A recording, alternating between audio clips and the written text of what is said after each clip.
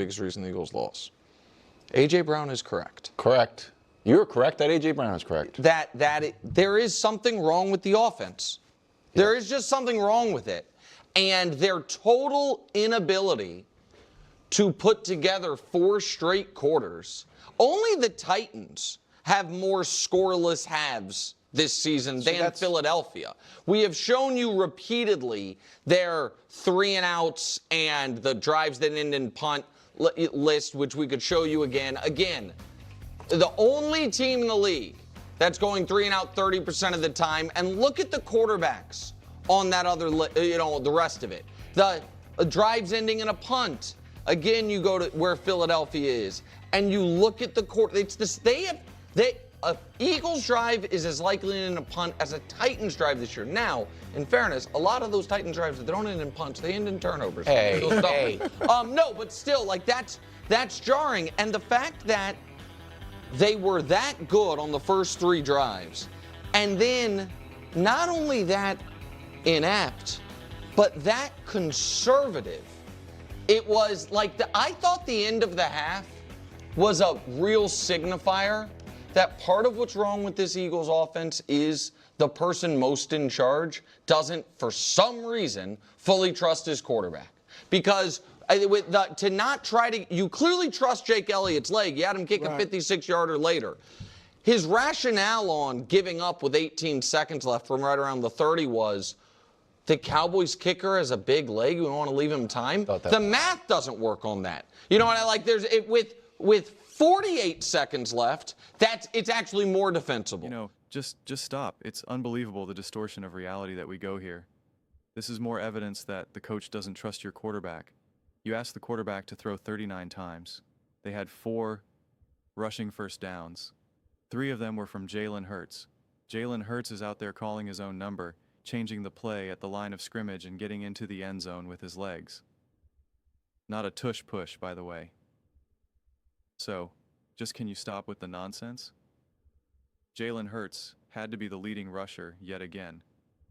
They had a total of 30 rushing yards. 30 rushing yards. Not Jalen Hurts.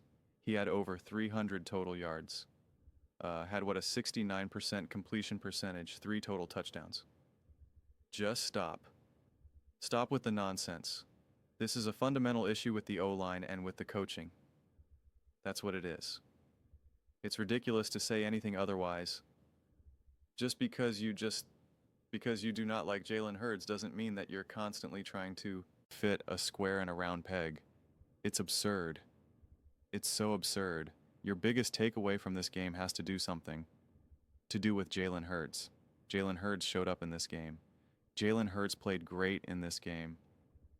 He's not the problem. When you gave him open receivers that he could hit in those first 3 touchdown drives, did he hit them?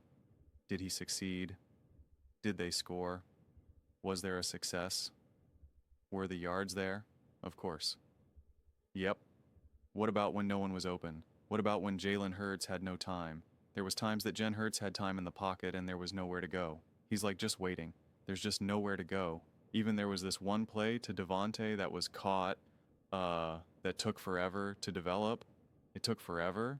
Jalen was lucky that he had time in the pocket in that moment, but they can't run the ball. They literally cannot run the ball. I went through it in my postgame clip. They had the least amount of rushing yards from running backs than any other team this week, and the lowest amount of rushing first downs. And your takeaway is the head coach doesn't trust Jalen Hurts. Do you know how insane that is in the Super Bowl on 4th down in the opening drive against the Kansas City Chiefs? They trusted Jalen to throw the ball like 40 yards down the field. What are you talking about? Stop with the nonsense to ice the game against the Minnesota Vikings, trusting Jalen to throw the ball like he hasn't turned the ball over. What do you mean that he doesn't trust him? Jalen Hurts is literally taking care of the ball better than any other quarterback right now. The confirmation bias is suffocating. It's deafening. I'm drowning in it right now. Whatever metaphors you want to use. It's ridiculous. It's absolutely ridiculous. It's Jalen Hurts' fault that his punter or that his field goal kicker missed a field goal. It's Jalen Hurts' fault that Saquon Barkley fumbled. It's Jalen Hurts' fault that he had 22 rushing yards. That's all Jalen Hurts' fault. Notice how A.J. Brown was actually open in this game. Notice how Jalen Hurts actually got A.J. Brown the ball. Go figure. But notice how A.J. Brown actually, I think he only had one contested target, and lo and behold, he actually got the ball. Shocking, right? One, but he also didn't catch it. Surprise, surprise. And now you got George Pickens, 4 contested targets and 4 catches. Seems pretty good to me. Devontae was 1 for 3 with contested targets. CD Lamb 1 for 3. It's really just so ridiculous. It really is. We just keep going in circles, man. We just keep going in circles. It's so exhausting. It really is. It really is. And then they're going to gaslight people and pretend like people weren't concerned about this offense. I talk to Philadelphia Eagles fans every single day in the comment section, and they were just like, yeah, can't run the ball. The O-line isn't good. They've been wanting to fire Kevin Patullo since week 2. They were ready to fire him. So I don't even know what angle they're trying to take here besides let's just try to find a way of how to blame A.J. Brown, or because we didn't want to push the ball down the field with 18 seconds to go or whatever, where Tom Brady said, yeah, makes sense. Tom Brady praise and defend Jalen Hurts the entire game. Yeah, I did. Did you hear him say, people say that this offense is, remedial? I don't see it that way at all. Jalen Hurts is making full field reads and everything. He's running a Heil offense. Interesting. This is an O-line and coaching issue. They had the lead, and then they could not run the ball. But it's Jalen Hurts. And let's not forget the penalties were absolutely through the roof. 14 penalties. A lot of them offensively that crushed the momentum. Jalen Hurts had a couple huge throws, huge plays that were all completely erased because of penalties. Jalen Hurts would have had well over 300 passing yards if just one of those penalties didn't go through. Especially the one to Dallas. I mean, that would have changed. That would have, been even more so. But you got 10 carries for 22 yards, 1 carry from Tank, 8 yards. Why he's not utilized a lot, I don't know. I do not know.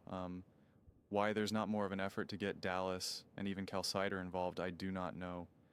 Saquon Barkley should not be the third receiver.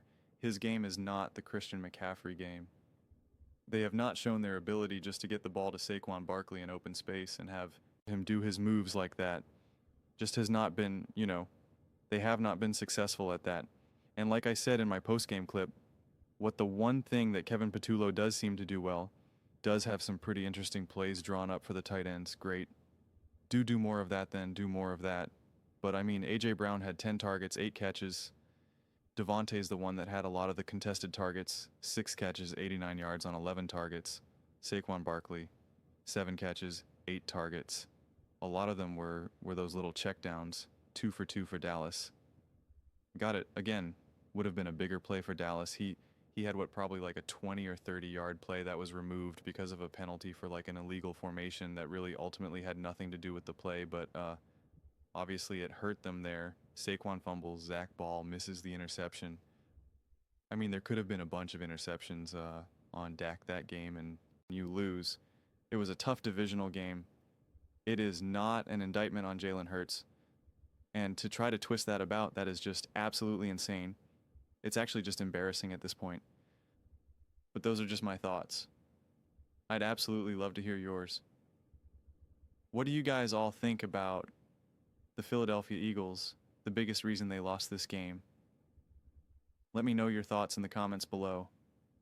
I read every single comment. So, you agree with me or disagree with me? Either way, let's get in some discussions. Let's get in some fights. But ultimately, let's just have some fun. And please do consider subscribing.